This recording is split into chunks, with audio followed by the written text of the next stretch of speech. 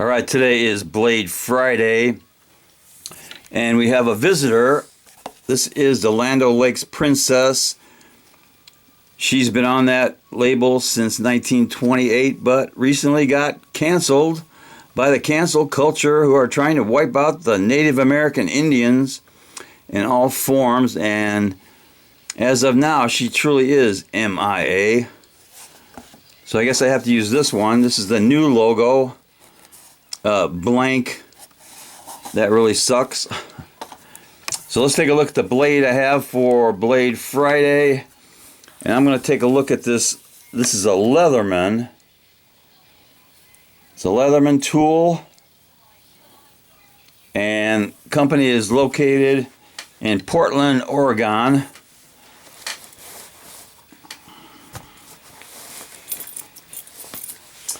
And this tool, I believe, is the Bond, LeatherMan Bond. But there are so many names for LeatherMans. I think there's the Wave, the Rebar, the Surge, the Sidekick, the Fireman, and the Super Duper LeatherMan. But I'm pretty sure this is the Bond. And this is the case I've been carrying in for a long time. Getting kind of messed up, so I thought I'd get another one. Got this nice little leather one. Actually, it looks like it's got some Native American Indian carvings on it.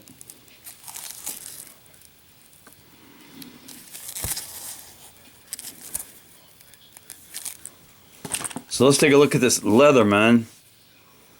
Now this has an 8-inch ruler engraved into the outside. There's 4 inches there, 4 inches there, and on the inside there's the normal needle nose pliers.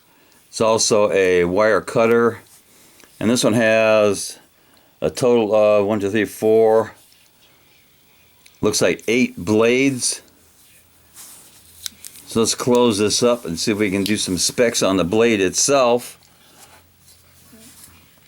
So this LeatherMan blade is right at 2.5 inches, and the overall of this thing is about 6 3/4. And what does a LeatherMan tool weigh these days?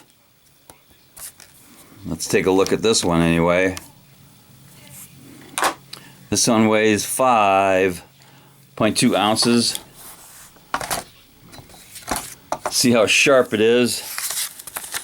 Haven't used this very much, but I carry it pretty close all the time.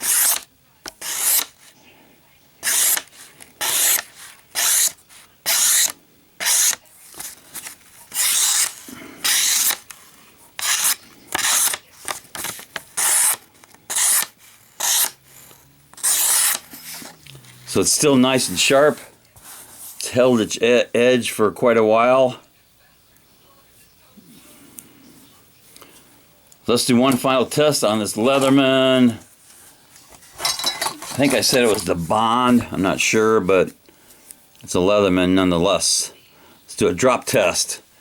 This might not work because it's really heavy on this side. Very light blade, very heavy handle.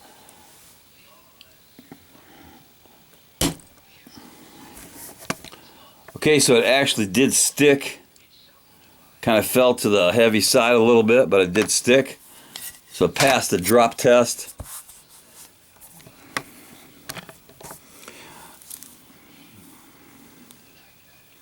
Got a good sharp blade, nice sharp point, and I'm going to give it some cowbell for being made in Portland, USA.